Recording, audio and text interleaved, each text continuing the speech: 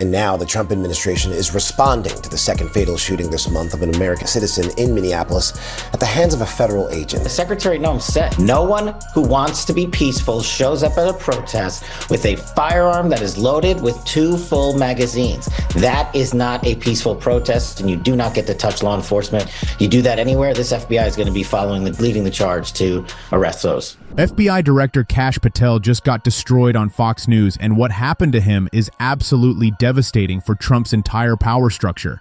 Patel went on Fox defending federal agents who killed Alex Pretty in Minneapolis, said you cannot bring firearm loaded with multiple magazines to any sort of protest you want. It's that simple. You don't have a right to break the law. And the internet exploded. Under Second Amendment and Minnesota law permit, holders may legally carry firearms in public, including during protests. Supreme Court ruled public carry is constitutional right. And now even Republicans turning on him. Thomas Massie attacking Patel. Marjorie Taylor Greene saying she supports Second Amendment under all administrations. That's Trump's own FBI director getting destroyed for not knowing basic gun rights. That's MAGA turning on Trump loyalist. That's Power Network beginning to unravel. But real quick, before we get into this, let's be honest. You can't really trust mainstream media anymore. That's why we built Patrick Smith Show to bring you real stories, real context, and no corporate spin. If you want to stay ahead of the headlines, please subscribe, because you might think you are but aren't. Your subscription actually matters here. All right, let's get into what actually happened. Because this Fox News appearance is disaster for Patel and Trump. Maria Bartiromo asked Patel, "What's your advice to people right now who are outraged that this is second killing at hands of Border Patrol in 2 weeks?" And Patel responded, "You cannot bring firearm loaded with multiple magazines to any sort of protest that you want. That's simple. You don't have a right to break the law." That's FBI director claiming legal gun ownership is illegal, claiming exercising Second Amendment right is crime. And he said it defending federal agent who executed American citizen. Share this video with everyone you know, because Alex Pretty was ICU nurse, legal gun owner with permit to carry, was at scene where ICE was operating, had camera filming, was legally carrying concealed firearm, and federal agent Pepper sprayed him, then shot him dead. DHS claims Pretty was armed and provoking violence, but videos and sworn affidavits contradict official story. Witnesses say Pretty wasn't threatening anyone, was just documenting ICE operation, and was executed for it. Think about what that means. Patel went on Fox to defend killing, and his defense was that legal gun ownership justifies execution, that carrying firearm to protest means you're not peaceful, that having loaded gun with spare magazines proves bad intentions. That's head of FBI saying Second Amendment doesn't apply, that carrying weapon legally is crime, and he didn't realize he was attacking fundamental right Republicans claim to support, and Community Note devastated him. Explained Minnesota Statute 624.714 allows permit holders to legally carry firearms in public, including during protests. That Supreme Court ruled public carry is constitutional right. That carrying firearm does not legally constitute inciting violence. That's Twitter fact-checking FBI director, proving he doesn't know law, showing he's lying about what's legal, exposing him as incompetent hack who's willing to defend murders. Thomas Massie immediately called out Patel. Republican congressman from Kentucky who's staunch libertarian posted on Twitter mocking Patel's logic, said carrying gun equals bad intentions, loaded guns equal bad guns, spare magazines equal extra bad, more than 10 rounds equal bad. That's Massie pointing out how absurd Patel's argument is, how it violates everything Second Amendment stands for, how even MAGA Republicans can't defend it. Marjorie Taylor Greene agreed with Massie, former congresswoman who's Trump loyalist, who defended Trump through everything, posted, "I agree. I support Second Amendment under all administrations." That's MTG breaking with Trump's FBI director, saying gun rights matter even when Trump administration violating them, shows even most extreme MAGA voices won't defend killing legal gun owners. Think about what Fox News turning on Patel means. This wasn't CNN, wasn't MSNBC, was Maria Bartiromo on Fox Business, and she pushed back, asked how Pretty was threatening Border Patrol, said you collected evidence, you have handgun in possession. How was he using that handgun to threaten? He had camera. He was filming. That's Fox host questioning official narrative, demanding answers instead of accepting propaganda. Show's administration lost control of message even on friendly territory. And this comes right after New York Times published devastating investigation into Patel's tenure as FBI director, based on interviews with 45 current and former bureau employees. Revealed Patel doesn't like to read briefings, made his feelings known during first director's call with heads of field offices. According to field office leader, Patel had no agenda, no thoughts, no strategy or leadership philosophy or priorities to share. Leader specifically remembered Patel saying at one point, "I don't read." Explained he didn't read briefing materials. That's FBI director admitting he doesn't read intelligence briefings, doesn't study cases, doesn't prepare for meetings, just wings it. And Times report said current and former employees describe Patel's changes as undermining agency and making America less safe. That's people who work for him saying he's destroying FBI, making country more vulnerable, putting politics over national security. Think about why Patel got FBI job. Trump was impressed with his desire to take revenge on Trump's enemies. Willingness to take jobs seriously and effectively run most powerful law enforcement agency wasn't factor. Neither was desire to read important materials. Patel got job because he promised vengeance, because he'd purge agents who investigated Trump, because he'd weaponize Bureau for political purposes, and that's exactly what he's doing. And Patel just carried out another massive purge.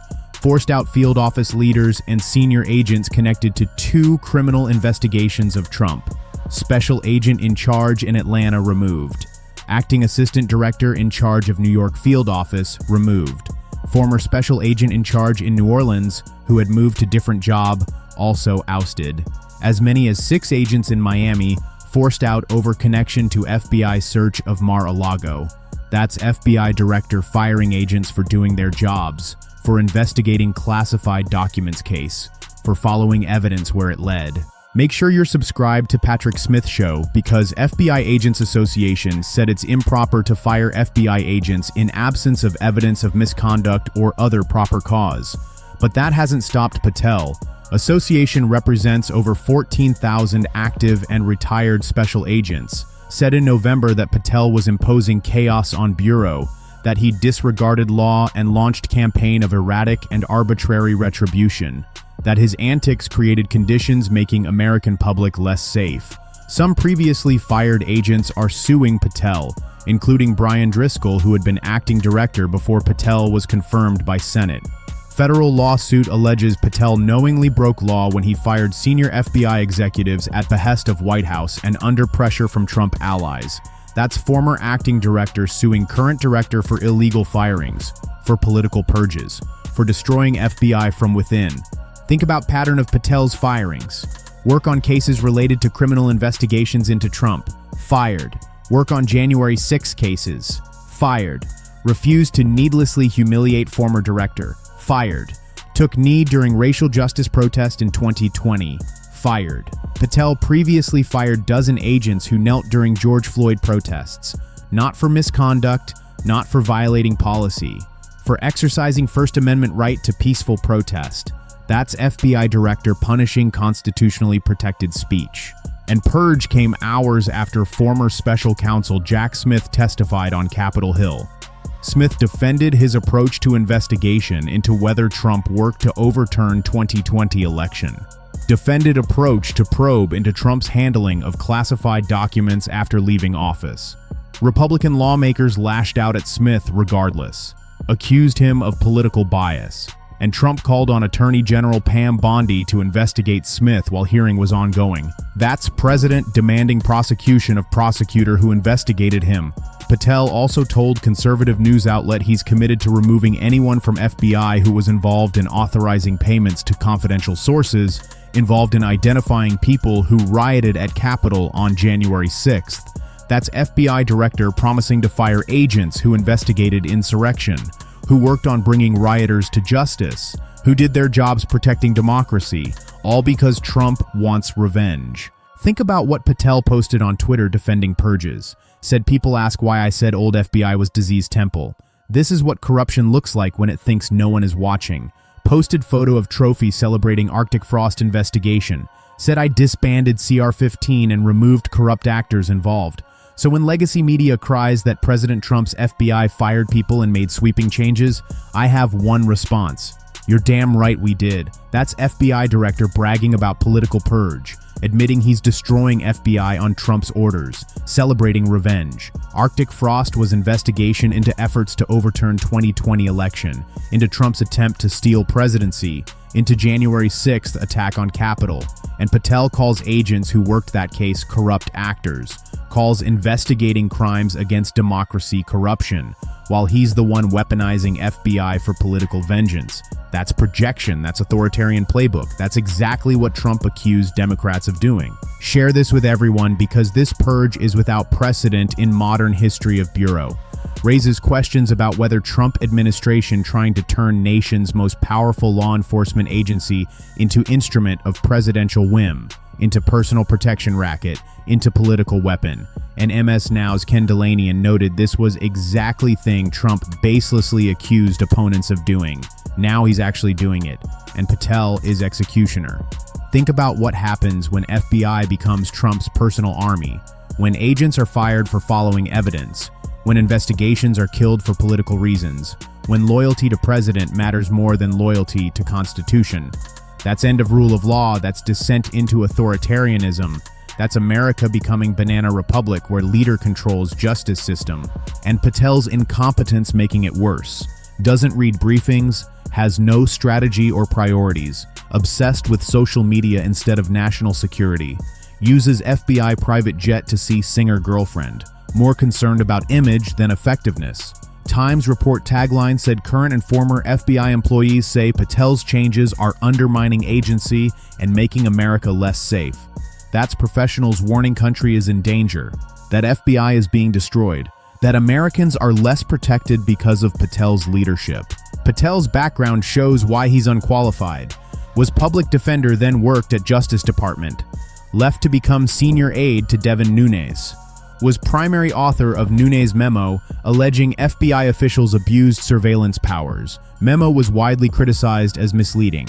Then Patel became fixture on right-wing talk shows and podcasts, hosted show on Epoch TV, guest hosted Steve Bannon's War Room podcast. That's not resume for FBI director. That's partisan hack, that's propagandist, that's loyalist. Think about Patel's conflicts of interest. Founded Kash Foundation nonprofit, claiming to aid January 6th participants with legal costs.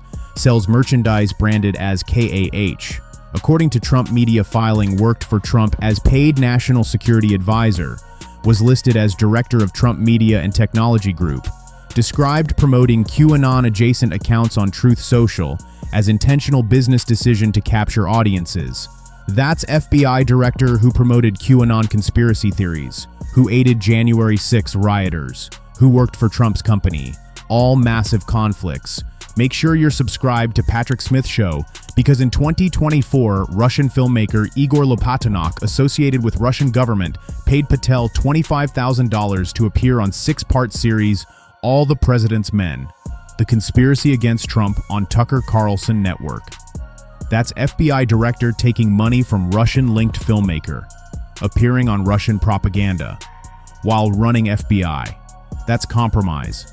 That's corruption. That's exactly what intelligence agencies warn about. And Patel's attack on Second Amendment is backfiring catastrophically. Republicans who built careers defending gun rights can't defend FBI director saying legal carry is illegal. NRA supporters pointing out narrative is crumbling. MAGA base confused why Trump's guy attacking constitutional rights they claim to support. And Massey and MTG breaking with Patel shows cracks forming in Trump coalition. Think about timing of this disaster. Comes as Patel facing lawsuits from fired agents. As Times publishes devastating investigation into incompetence. As purges escalate to unprecedented levels. As FBI Agents Association warns he's making country less safe. As Republicans start questioning loyalty. And now he goes on Fox and attacks Second Amendment while defending murder of American citizen. That's Power Network unraveling.